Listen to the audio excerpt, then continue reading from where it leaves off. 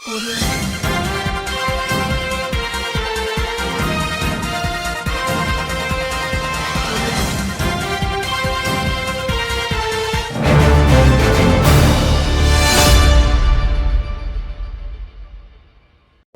పాలమూరు జిల్లాకి ఏమీ చేయనటువంటి వ్యక్తులు మన ద్వారా లబ్ధి పొంది మన ఓట్లు దండుకొని పదవులు పొంది అధికారం పొంది మంత్రులయ్యి శాసనసభ్యులయ్యి మనకు వెన్నుపోటు పొడిసి పోయి ఇవాళ పెద్ద పెద్ద మాటలు మాట్లాడుతున్నటువంటి వ్యక్తులకు మనము మాటలతోటి కాదు, మాటలు మాట్లాడాలంటే మస్తుగా మాట్లాడగలుగుతాము.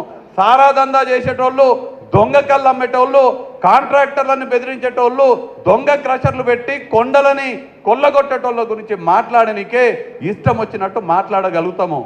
కానీ వాళ్లకు మనము మన ఎన్నికలలో మనం ఇచ్చే ఫలితం ద్వారా బుద్ధి చెప్పాలని నేను మిమ్మల్ని అందరినీ కోరుతున్నా. మన ముఖ్యమంత్రి గారిని ఎవరైతే విమర్శిస్తున్నారో, మన ముఖ్యమంత్రి గారు మన ఆత్మ గౌరవము, కొడంగల్ ఆత్మ గౌరవాన్ని ఎవరైతే విమర్శిస్తున్నారో వాళ్లకు సరి అయిన బుద్ధి మనం ఎన్నికలల్లా మన ఫలితం ద్వారా చెప్పాలని నేను ఇవాళ మిమ్మల్ని కోరుతూ